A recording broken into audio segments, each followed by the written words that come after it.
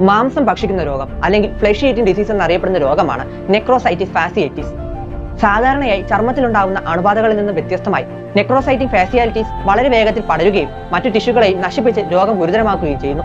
സാധാരണയായി കൈകാലുകളിലെ ചർമ്മത്തിലെ ഓരോ ലെയറുകളിലും ഫാറ്റി ടിഷ്യൂ, പേശി, ഞരമ്പുകൾ, രക്തക്കുഴലുകൾ, പേശിക്ക് ചുറ്റുമുള്ള കണക്റ്റീവ് ടിഷ്യൂ ആയ ഫാസിയ എന്നിവയെ വേഗത്തിൽ നശിപ്പിച്ച് നിർജീവമാക്കുകയും പിന്നീട് ആ ഭാഗങ്ങൾ ചീഞ്ഞളിഞ്ഞ് ജീർണിക്കുന്നതുമായ ഒരു ഭയാനക രോഗമാണിത്. ഗ്രൂപ്പ് എ സ്ട്രെപ്റ്റോകോക്കസും ക്ലോസ്ട്രിഡിയം പെർഫംഗസ് എന്നീ ബാക്ടീരിയകളുമാണ് രോഗത്തിനുള്ള പ്രധാന കാരണം.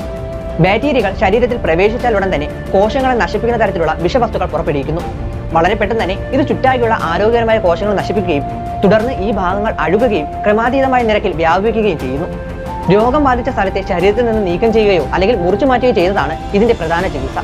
പ്രമേഹം, HIV തുടങ്ങിയ മൂലം പ്രതിരോധശേഷി കുറഞ്ഞവരിലാണ് കൂടുതൽ ഇത് കണ്ടുവരുന്നത്. ലോകത്ത് വളരെയധികം അപൂർവമായിട്ടുള്ള ഒരു ഡിസീസ് ആണെങ്കിൽ പോലും ഇന്ത്യയിൽ ലക്ഷത്തിൽ 15 പേർക്ക് വരെ ഈ രോഗം ബാധിക്കുന്നുണ്ട്.